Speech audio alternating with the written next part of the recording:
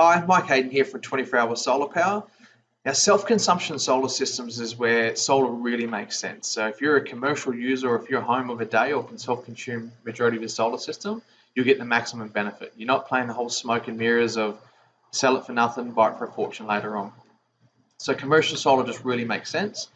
Here's like a typical commercial customer's profile.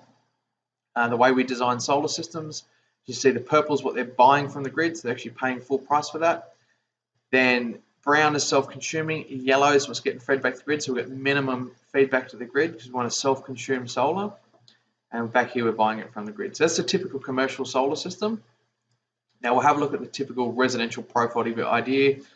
Most customers here, up in the morning, they use their energy, the solar system feeds back the grid all day long while they're at work, and then they get home and the energy consumption pops up. So you see from a commercial solar system, it's one of the best investments that you can make in your business because without doing anything, once your initial investment's made, the system will just pay for itself.